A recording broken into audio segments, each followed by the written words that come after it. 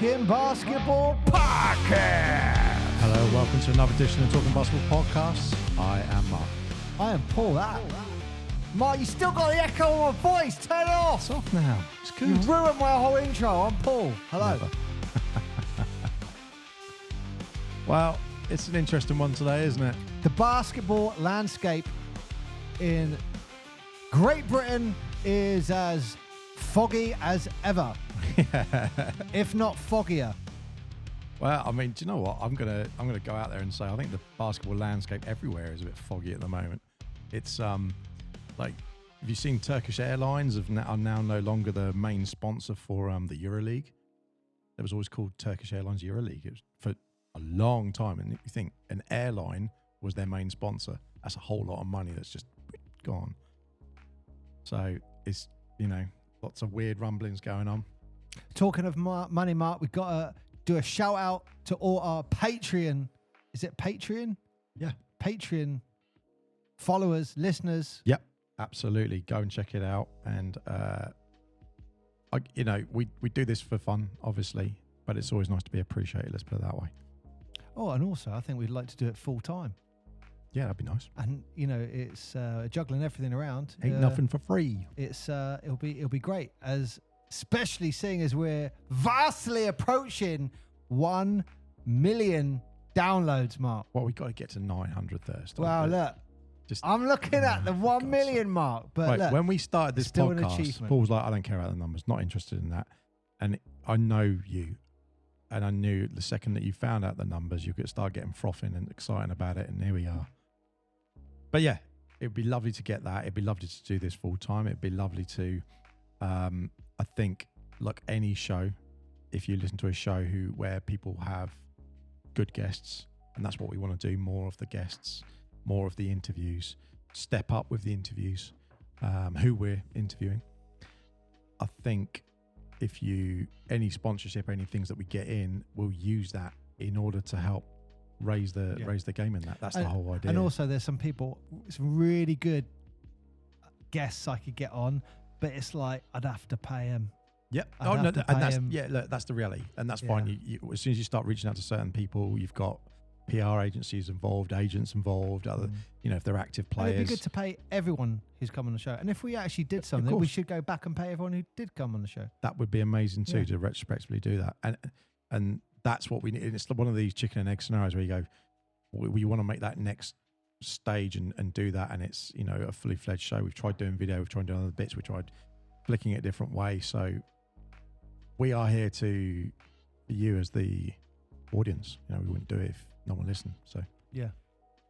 Well, let's crack on, Mark. Look, get the crack on. The basketball landscape in Great Britain is, it's just, no, God, no, it's just, God, please, it is what it is. I think we're kind of getting used to it, aren't we? We're getting used to this. We always say, what is going on? I swear this dark cloud sometimes comes across a subject, then something happens and the dark cloud goes. Or I've been thinking about this today, and the best way I can say it is if I'm happy to be Chuck in this instance. Okay, you're gonna be Barkley, because I'm not. I don't care if I upset people with what I say. I will not swear, but I don't care if I upset people. Okay. That's fair enough. So, snowflake warning for anything that Mark may say on today's show. You've been warned if you're worried. No, I'm quite happy to tell the truth. I'm quite happy to be blunt down the line. It's gonna. Some people may or may not like it, but that's the reality. Okay. Well, look, let's do a recap to all our international listeners. And if you're an international listener and you still listen to us, you might be sitting there thinking, well, there isn't a British basketball league. And you'll know why. Yeah. Well, look, this is what's going on. So, how do we explain this? Jeez. Right. So you have start of the BBL. It started in like the 80s. It was like 84 that officially, although British basketball's been around before that. That's the professional entity. The professional entity known as the BBL, the British Basketball League, started in, I think it was 84. And then 87 was like the inaugural. And then they started records before that. There was like this crossover period because obviously records in the 80s aren't quite the same as record keeping it is nowadays, which is no fault of their own. It's just the time we're in. And that went all the way through into the 2020s. Yeah, and there was like always sponsorship or things like that, or, you know, investors. There was, you know, areas of concern around there. But anyway, we had the 777 thing, that drama. Right, so now the BBF. So I think the important thing is, you mentioned the 777 drama. The BBL, you know, it did a almost rebrand when they bought into it, and then they got some good media going, got a lot of people interested back in again, and they grow not only as an entity, but they grew the fan base of new people coming to basketball, which was very important. Unfortunately, obviously, there was a bigger issue with the House of Cards associated with 777. No money. So SLB was formed. The Super League Basketball was formed. Well, let's make this clear. The BBF, that's the British Basketball Federation, gave the SLB the license. Yes, they cancelled for the professional license. entity. So they have these things called GBEs, which is governing body endorsements. So they gave the professional endorsement to the SLB, which was a collection of teams from the BBL. And the reason they're allowed to do that is because they are the BBF is the FIBA governing body for the UK. That's the most important. That's the important thing to think about this all the way through. FIBA, as we know, FIBA is international all around the world. Every country will have a representative for basketball, and it would often be the national sporting enterprise or someone specific associated with basketball. Yeah. The BBF are that for us. Can I also say at this moment, if there is anyone who is part of any organization that we talk about today and you want to come on and justify anything, please email ukbasketballpodcast@gmail.com and come on the show and tell us, you know, your side of the story. That's what it's all about. I've got an answer for that. But so the SLB, let's face it, this is just my opinion on it. I think they did a fantastic job 100%. in their first season on their own. We went and watched some of the games. There was a 4-month window, wasn't there, between the BBF cancelling the BBL's license when the whole thing had gone wrong with 777 and everything like that, and then suddenly over the down period, the 5 months, everyone was sitting there thinking, what is going to happen? They had to form a new entity, get all the clubs together, find out what's going to happen. Lots of the old arrangements and endorsements were all associated with the old league. So legally, because there were legal things going on, they couldn't bring them across. So some of them they had to squash. Examples like Manchester Giants, the name Giants was associated with the league. Now the Lions got bought out separately, which meant they could come into the Super League. But other ones, they had real issues, the Scorchers, etc. And the Patriots, they just couldn't come into this new league. So then when you fast forward to then they got the Super League and they delivered something. It was a great job. The basketball was exciting. I never liked the name, but you will just get used to it. But I just didn't like the name personally. But they probably had a 3-week window to go, how do we come up with a name? We've got to get it out there. Desperately trying to get away from the Brazilian butt lift thing. Desperately. Because when you type BBL, that's the first thing that comes up. Yeah, I think the problem was there was the National League in Ireland is called the Super League. That's what it's called. Yeah. So but it's like you say, it's there's one of lots those of things. Super Leagues. History will grow. Things. History will grow it, I think. Yeah. So now the BBF, that's the British Basketball Federation, they give their governing body endorsement to a GBBL. new investor, and they're calling it the GBBL. And that's the one thing I would say, I like the name. And they cancelled, more importantly, they cancelled the existing license for the SLB. So even though the SLB pulled something out of nothing, did everything they could, kept basketball in the UK for a year, kept lots of players, some obviously left because of all the situations with money, but they delivered a whole season of good basketball. It was good basketball. It was good basketball. They delivered a whole season of that. And then by the way, you haven't got a license for They next year. brought change. Look what they did with the cup. Yep. They brought was it 8 teams in? I think it was 8 teams eight from the lower in. divisions. Yeah. What I love that idea. That just shows that the guys in charge of the SLB are open to new, sensible thought, and that was a great bit of innovation. Now, when they got that license, when the British Basketball League. You can see why everyone gets mixed up. It's very easy to do. The British Basketball League, when that license was terminated and the SLB got their license, it was under a condition that it was I think up to 3-year license that they had. So it was always a license that had a short lease on it. And the idea was, have a license, deliver something, let's grow it, let's see if we can bring this back See if you again. can do it. Let's see if we can do it, and then we'll build on it and build on it. Meanwhile, in the background, as you rightly said, the BBF, who the overlords, should we call them, decided let's the overlords. Yeah, exactly, the overlords. They decided, you know what? Let's put it out to tender. I like to think that the person in charge of the BBF sounds like the Emperor in Star Wars. I think they sound more like the overlords. Like you go in, say, look, we're going to tender for a new league. Proceed. Do it. Do it. Do it. Anyway, yeah, I like to think that. Anyway, so right, before we go into detail of all of that, because there's a load of drama around there. Yep. So underneath that, you have that's the professional entity, and that's the drama that's going on there. Yep. We now have more drama in the sense that, before I say this, I'm going to say one more thing. Yes. FIBA Yes. have given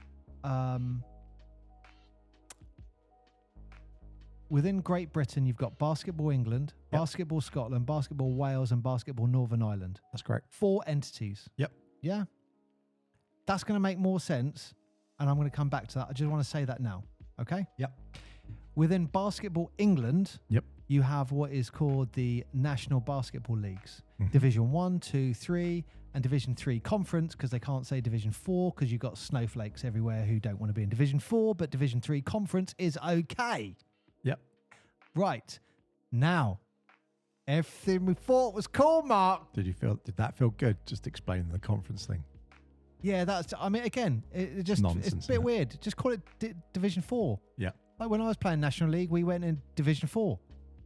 Like, we weren't snowflakes and went, oh, people might think it's lower than it. Like, who cares? Anyway, right, so what's happened? There is a new league, Mark. Yeah. There's a new league called the British Championship Basketball. And basically, this is the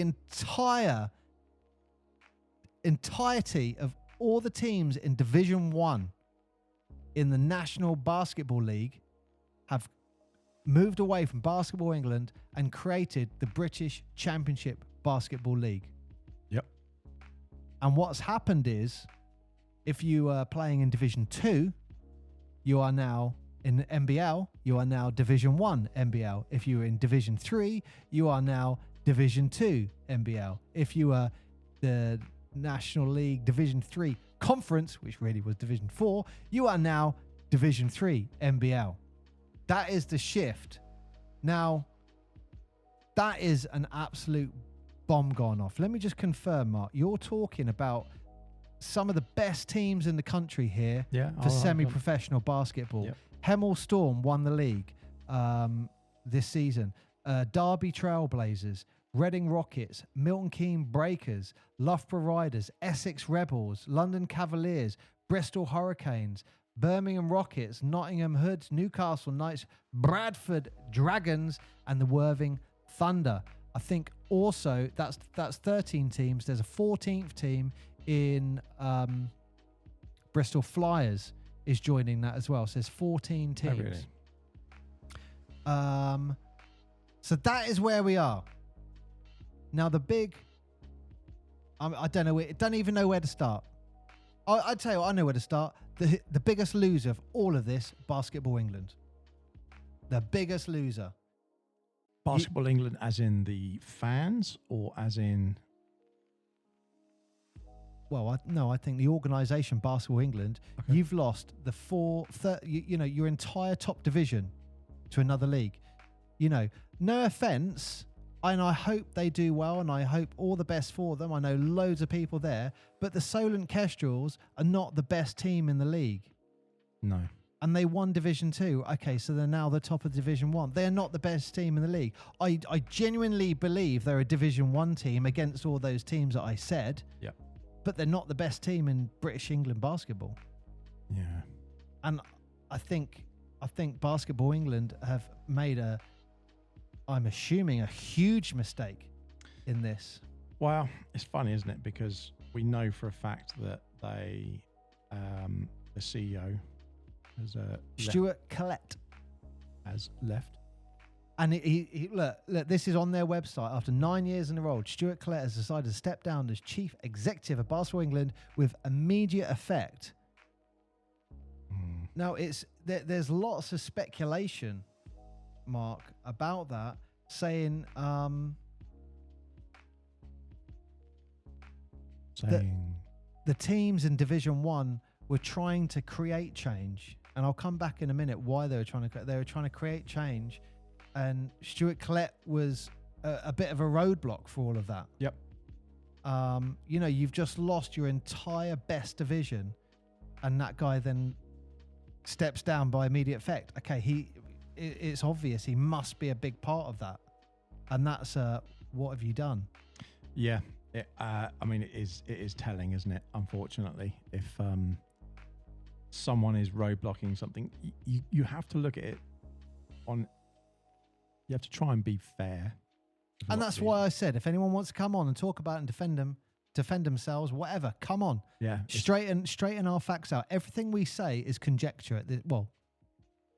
Not of what's happened with the leagues, but of us assuming people have been involved, that is conjecture. Oh yeah, and it's difficult as well because we see a lot of what people see, what everyone else sees outside, and so we're the voice of the fans, because that's what we are. We listen to everyone talk and just go, yeah, we agree. We just want to watch good basketball in Britain, and that's what people should be. That's what a lot of the teams need to be concerned about, because I don't think they're concerned, and I think they are quite ignorant to the fact, personally.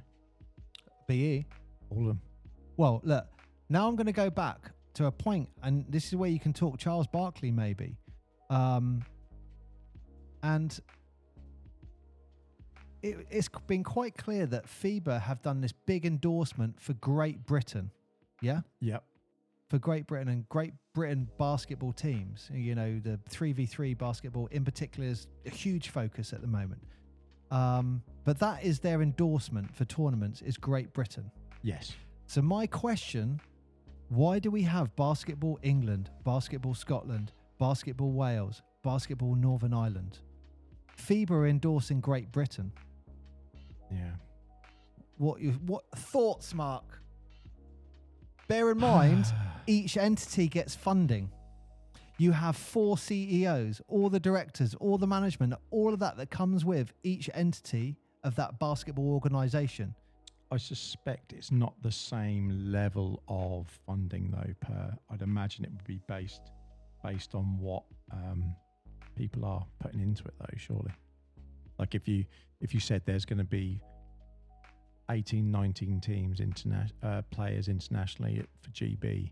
All right, we can put that down. Scotland, we can just about get a team out. Wales, we could just about get a team out, for example. You know. They're listening to this, Mark. No, I'm just Welsh being honest. brothers and sisters. Listen, What? But this is what I'm trying to say. I do not know the stats. I have no way of knowing. Well, the more you look into it, Mark, the more questions get raised here. And especially when you start going down the rabbit hole of funding. Yep. You said to me, how many people are playing the sport of basketball at the moment? What are they saying on Basketball England? Loads, wasn't it? Like 1.4 million or something like that, yeah? Something silly. Something absolutely silly. Why haven't we got more teams and more leagues then? I think a lot of the time it's because it drops off. As soon as it gets to a certain age, what they see. But it's 1.4 million under 18s. Yeah. So why have we only got a certain... Just do the maths. Yeah. Do you see what I'm saying here? Oh, no, I You probably got, like, say, 40,000 maybe. Yeah, I think... Where's 1.4 million? Is this... They're just saying that to get funding? That's what I'm saying. It's what you said. Remember a podcast a long time ago where you said the cycling organisation include anyone who's bought a bike? Yeah, they do, yeah. Well, do you think Basketball England are going, there's a part there must be 20 people? I think that they personally, I think a lot of it they will include, and a lot of money, I bet, from Basketball England goes between coaching, and it goes to coaching schools, and it coaching kids, and all the individual stuff that's associated with that. That's my gut. I could be totally wrong here, and I'd be happy to be proven wrong. But my gut is, when they say we put money into this and that, what they're really doing is they're paying money into coaching. And when they're paying money into coaching, we'll train all the coaches, come down, we'll do a coaching course. Well, who's that for? Well, that's, okay, well, who do you pay? Well, BE then will fund it to pay themselves. Okay, so that's reciprocal. And then what about this money? Well, then that money goes into here. Then that, you go, hang on a minute. This is like the corporate world where someone says, you've got to get signed off with this new certificate. Okay. Well, luckily enough, though, we can provide you that certificate. It's 150 quid. Oh, yeah, brilliant. Great. Here we go. Do this course, do a certificate. Fantastic. And then you can work with us. Yeah, absolutely. So hang on. So I have to buy a certificate or do something with you to then pay to be, yeah. All right. That sounds like that you're just paying, the money's just washing around here. And it works because what do they want? They want referees. They want coaches. They want people running the scoreboards, which are super important jobs. I'm not saying they're not. But where are all of those? Who signs all of that off? This is my point. BE. And then if you've got people paying for that, then what's the funding going to? Because is it going to gyms? Is it going to all we have to do is look at France. All you got to do is, go back and listen to Simon's episode. Simon Couteau, torchbearer for the Olympics all 2012. Around Europe. It's disgraceful how there's so many places where you go, this local city and the local state will actually support those local teams and what I would call grassroots basketball. And we don't have that in the UK at all. And that's not just for buzzwords, for any sports. They just don't do it that way. And it's ridiculous because it works everywhere else internationally. And they wonder why internationally they say, oh, England made this sport, but we can't win it for love nor money. You go, but yeah, congratulations. Well, yeah, because you don't We invest won in it that once, one. Mark. Oh, God, yeah. Glorious 66. We won it once. But what I'm saying is, if FIBA are endorsing tournaments for Great Britain, should we have 4 entities of Great Britain or combine them? No, I do. See, I personally don't think they need to be combined. I'll go against you with that, and I'll tell you why. It's exactly the same thing we do with the athletics.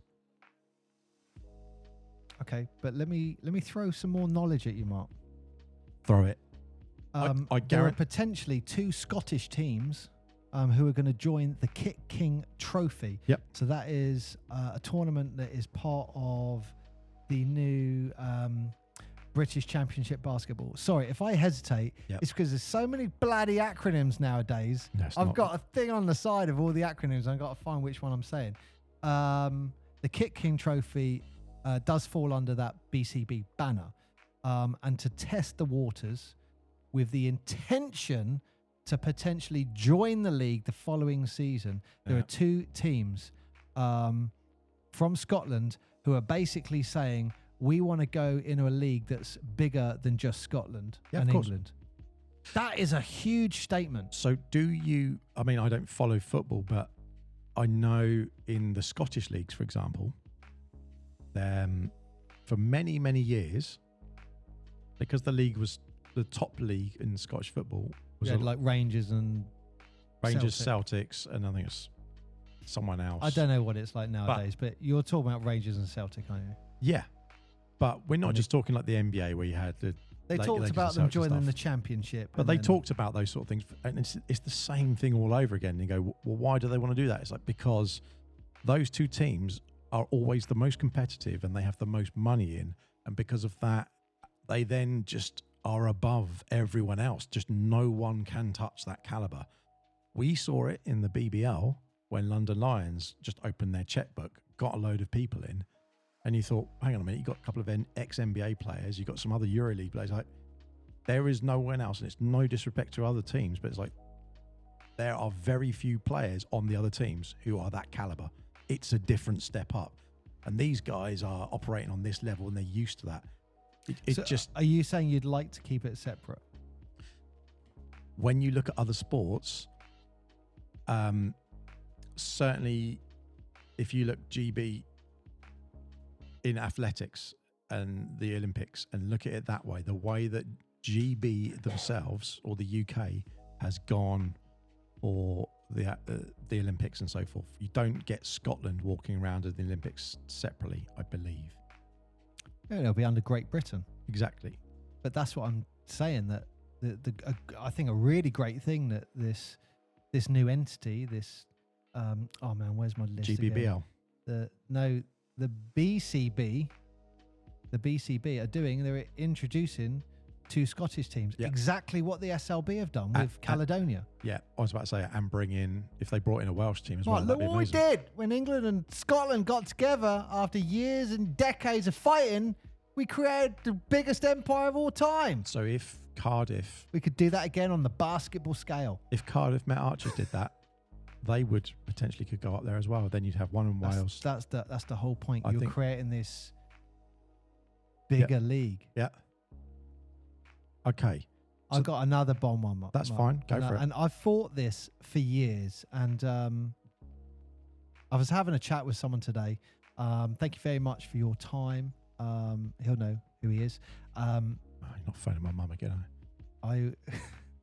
I said, hey, Mark. And again, it's something that I've thought about for a long, long time. Basketball England. Mm-hmm. Why do we pay money to Basketball England every year?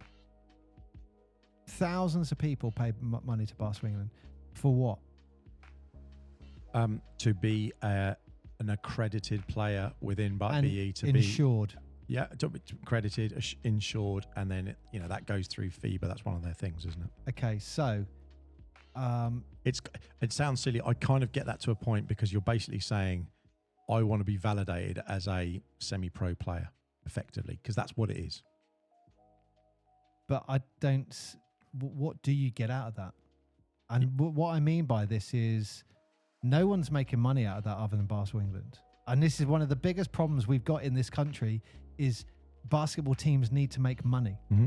And no one's making money by having to pay Basketball England. There are teams that won't register players, like hundreds of players, because they're like, well, that's just $4,000 wasted down the drain. Yeah.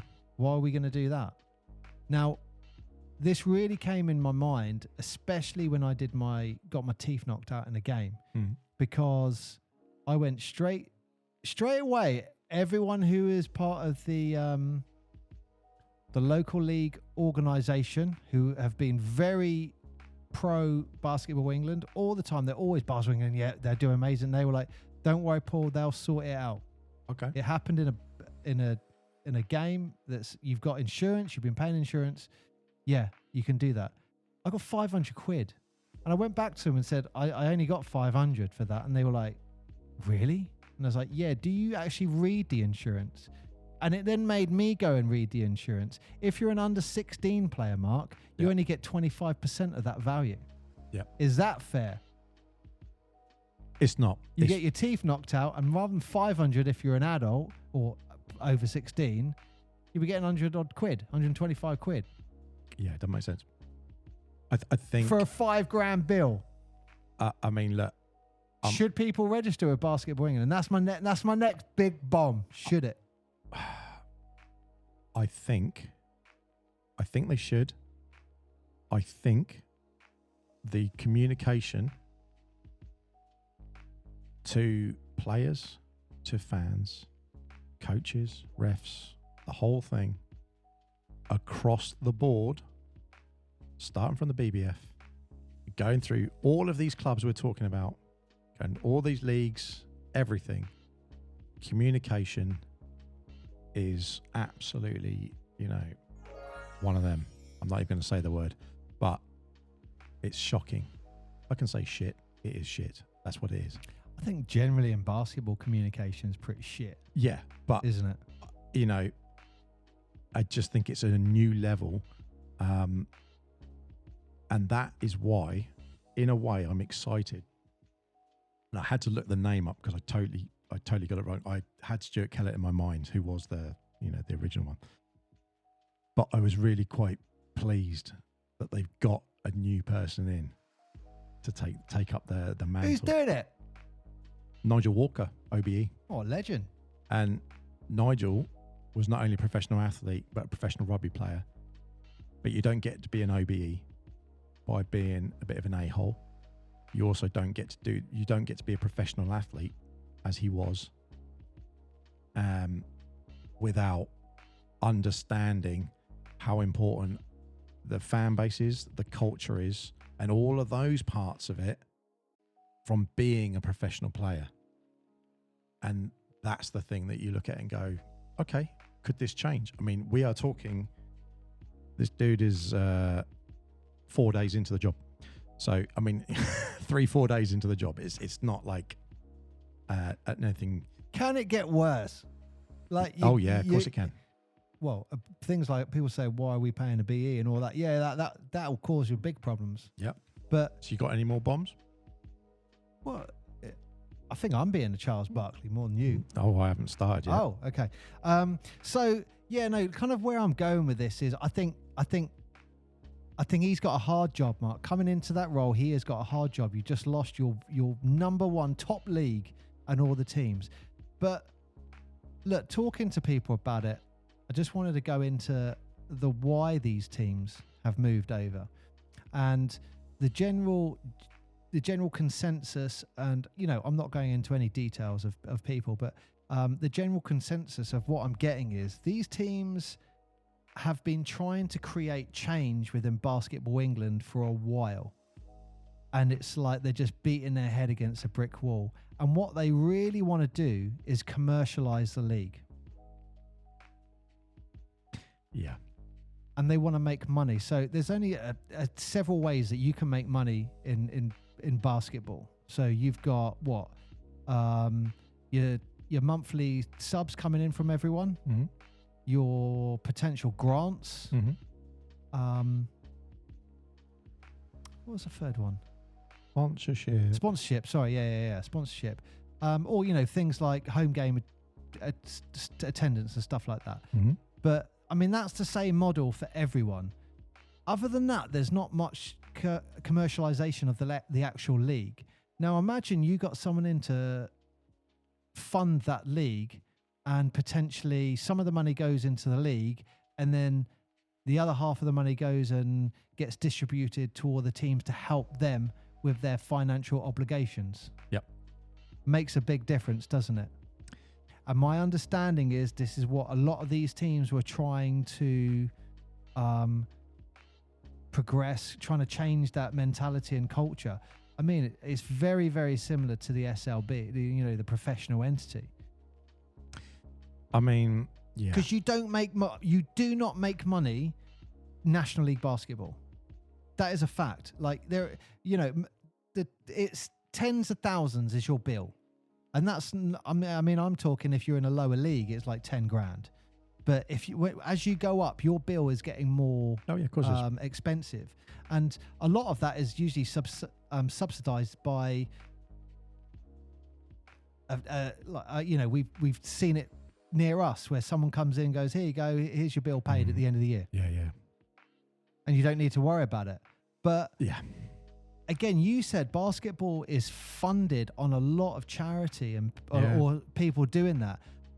One of the things that I can really sit back and appreciate what this new league, I got BCB. BCB is trying to achieve is they're trying to commercialize this to help them with the financial situation that they're in. Yeah. And I've got a great example of this. The Basketball England, all the playoffs, where was it? It was in Manchester, right? Birmingham, I thought it was. No, Manchester. It was in Manchester. Okay. And the closest team... Which playoffs again? Sorry, This is the National League playoffs. Oh, the NBL ones. Okay. Yeah, and then the NBL. Yes, So- sorry, I was thinking of the other ones. I was thinking of the SLB because they played in Birmingham, didn't they? I think. The closest team to Manchester Yep. in those playoffs was Birmingham. Okay. That's a 200-mile round trip Yep. just for them. Yep. Okay. The second closest team to Manchester Uh-huh. was Milton Keynes. It was a 400-mile round trip just for them. And that was the two closest teams. The other teams, you've got teams like, who else was in it? You had Solent was one of them. Crawley was one of them. Who else was it, Mark? I genuinely have Reading. no clue. I think Reading were one of them, weren't they? Now, the Essex point I'm Rebels or making, something like that. the point I'm making is,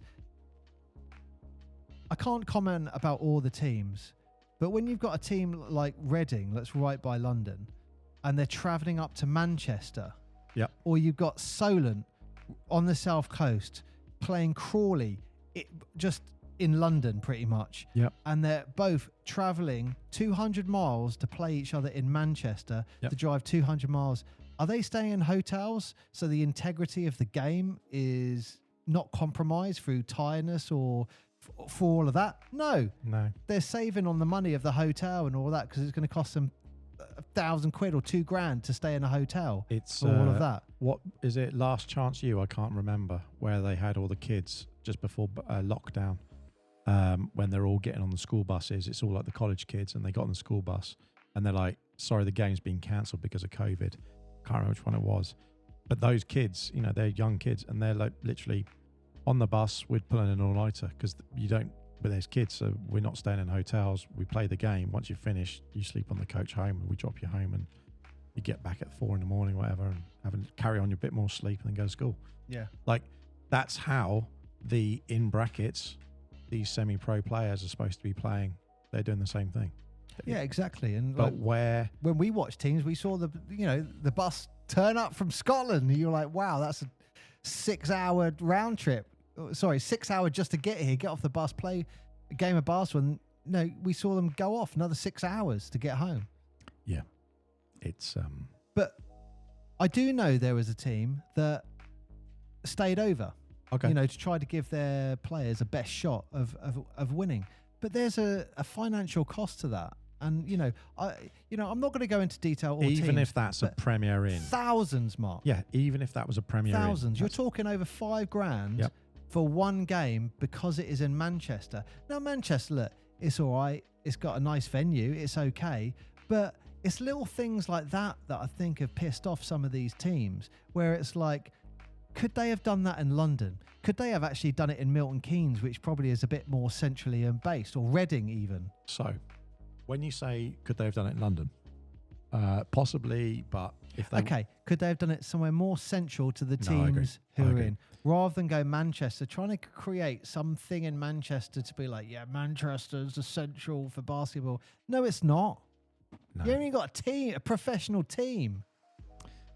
Okay. Yeah. Well, that's another one, Mark. No. Throwing look, that out there. But again, you commercialize it, you might have options. That's what I think these teams have been, pushing Basketball England for. Have you ever seen how governments and sports funding and businesses fund on a big scale? Have you ever seen anything like that before? I am aware of their presence. So, part of the reason with Yes, Mark, I know it inside out. Shoot. part of the things with Manchester is that they set that up with the government and UK sport based on the fact that it was was it the home of British basketball? Was it what do they call it? They call it the Basketball Excellence Centre, the Manchester. What do they call it? Centre of Excellence? Something like that, Sounds isn't it? better. It's the basketball something. It's the home of British basketball. Apparently, is the Manchester thing because they built that massive thing, didn't they? Mm. Now, if you're Manchester in the BBL and through history, Manchester Giants have had a massive history there, haven't they? They've been a very tenured team, right? So you go, okay, that makes sense, and it's in the in brackets centre of the country. Okay, makes sense again. So a lot of money would have gone into the funding of that building, the building of that building, probably the upkeep and the license and everything that's attached to it. So fast forward to now, and they go, we're still probably paying for that license. They're probably still paying for that. That was probably a £15 million building plus all tickets and extras.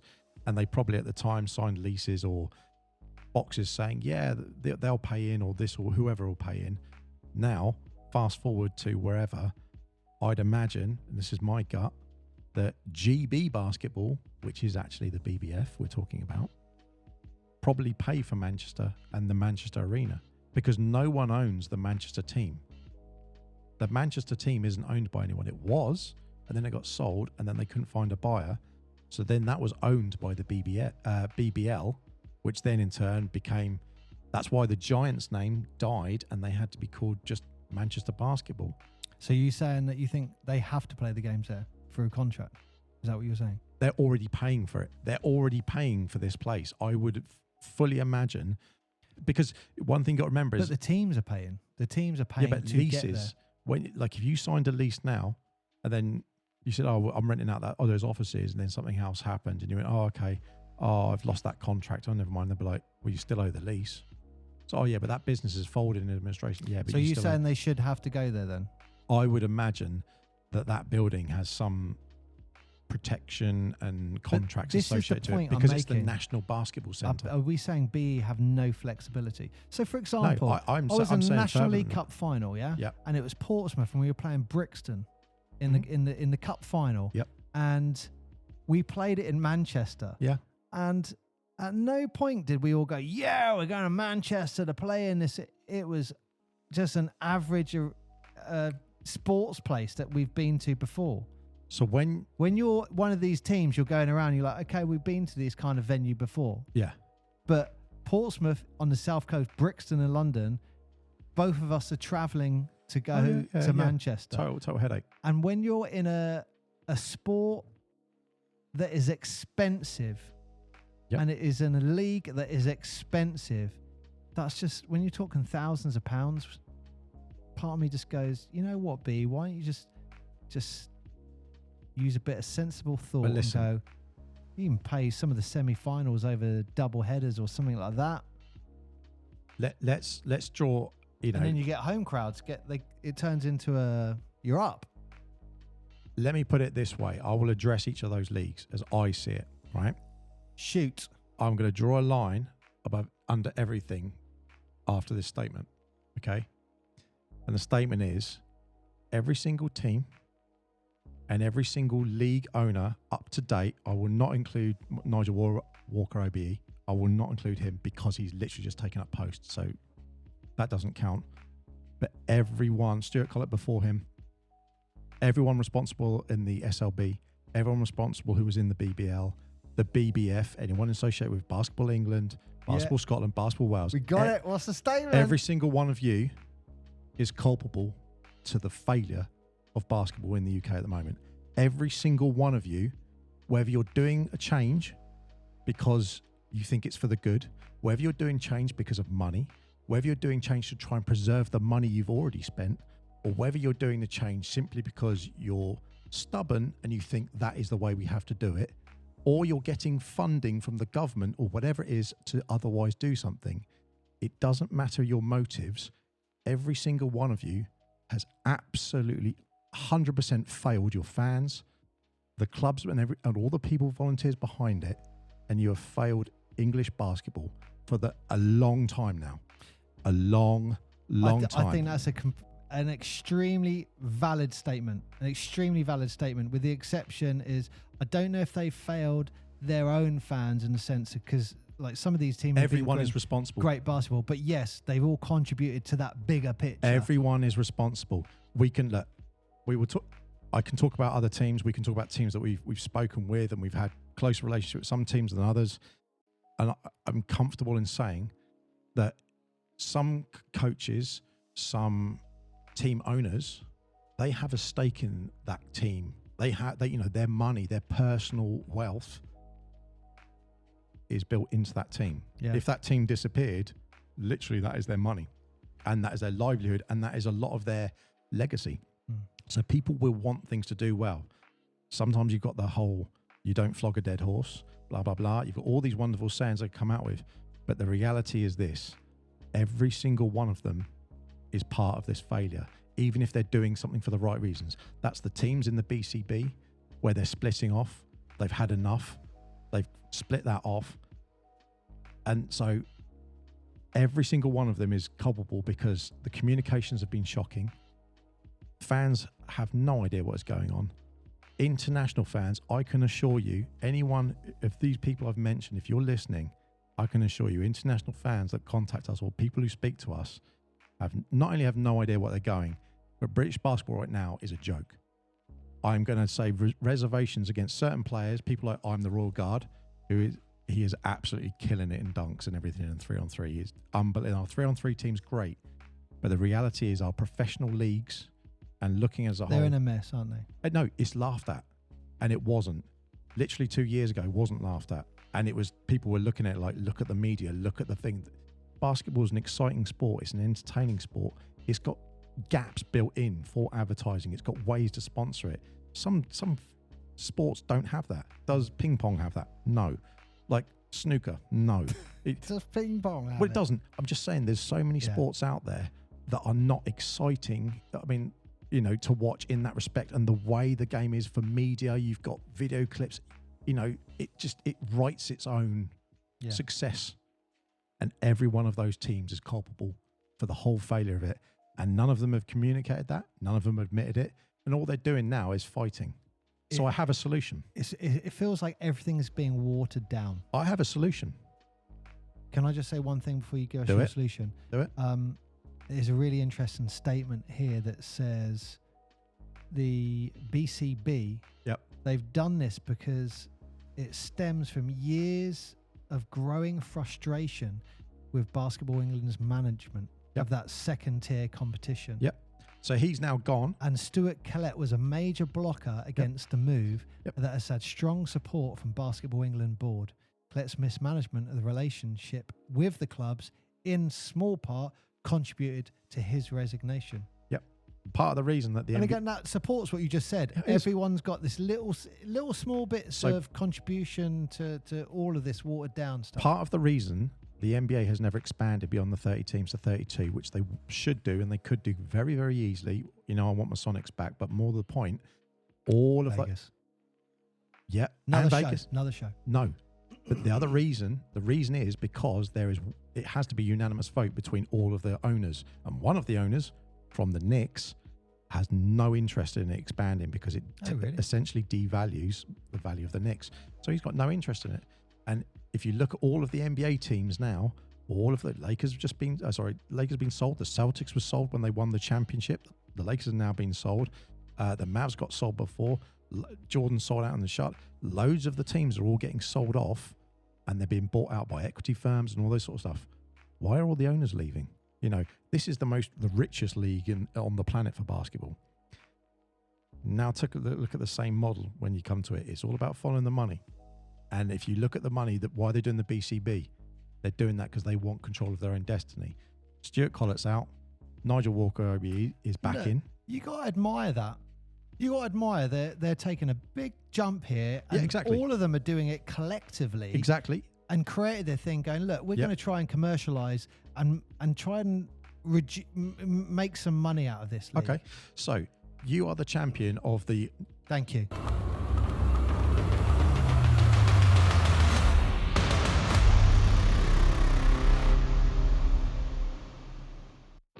Thank you very much for listening to this episode. That is the end of this part. But do not worry, because coming soon is the second part of this episode, and it will be available soon.